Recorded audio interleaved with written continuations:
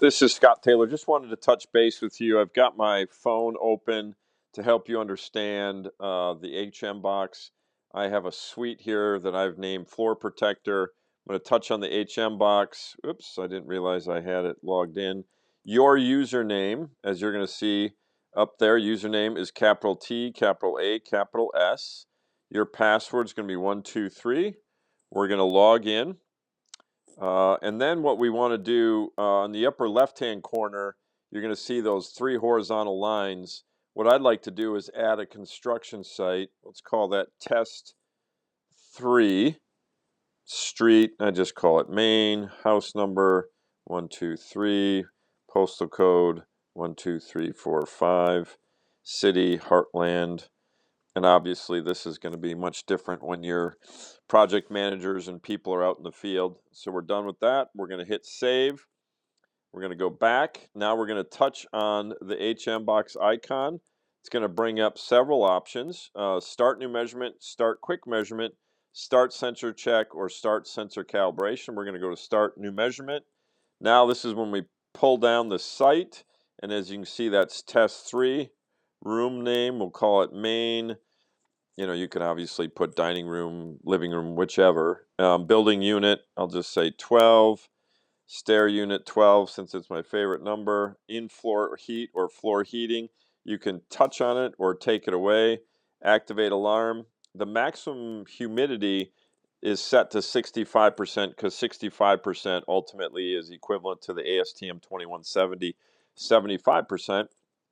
And then it allows you measurement intervals. That's where you can pull that drop-down menu. It defaults to 1 hour or every hour, and then every 12 hours it sends a cellular signal. So we're going to start a Bluetooth measurement, start synchronization. You're going to actually see device connected momentarily here.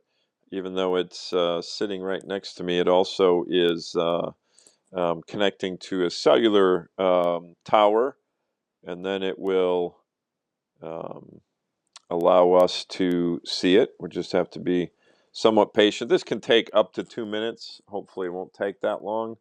But it is doing, there we go. We've got the device connected, device ready for sync. So now what we do have, the measurement has been started. Please remain at the site for 2 more minutes to check. So what I'll do, as you can see, that now it's under the test 3. I'm going to touch on the main, and then you're going to see view current measurement, edit site data, activate alarm, deactivate alarm, or end measurement. So this is where I'm going to go to view current. And as you can probably hear, that is the audible that it has made a connection to the cellular network. Now I've touched on that, and now the upper left-hand corner, right by 12 main, there is a half circle with an arrow. I'm going to touch on that to manually synchronize the device. Device connected is in yellow, as you can see, or orange, depending on your color parameters. And now you can see that it's 74 degrees where I'm sitting right now.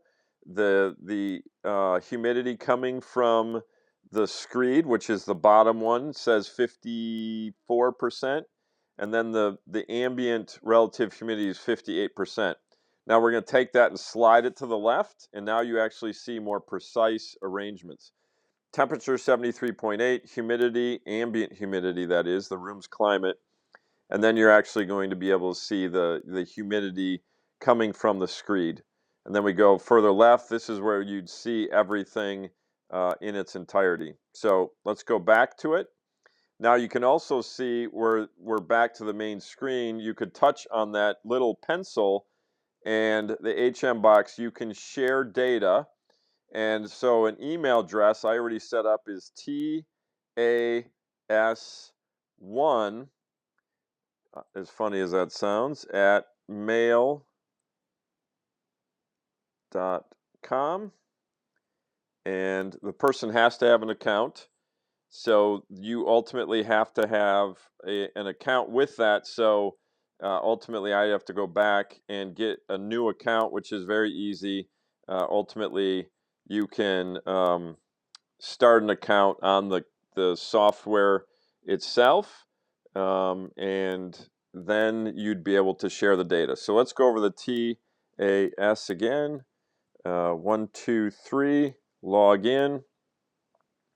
We're going to go on main. You've already gotten your readings.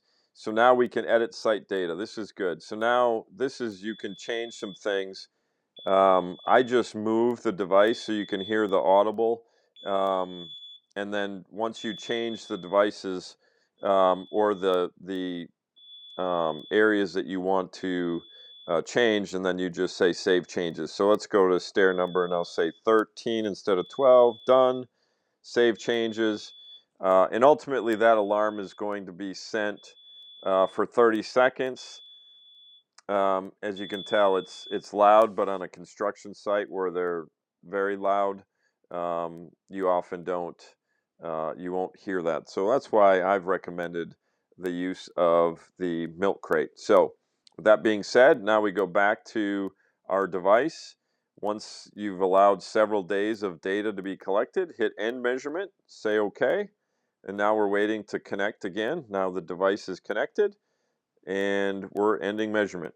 So now with that being said, now we can go back to the horizontal bars and then go down to test 3 and hit the folder. And as you can see in green, it's actually going to bring up what it's collected. And then you can do that backwards arrow. If you have any questions, please feel free to call me. 414-405-2489. Thanks, Greg.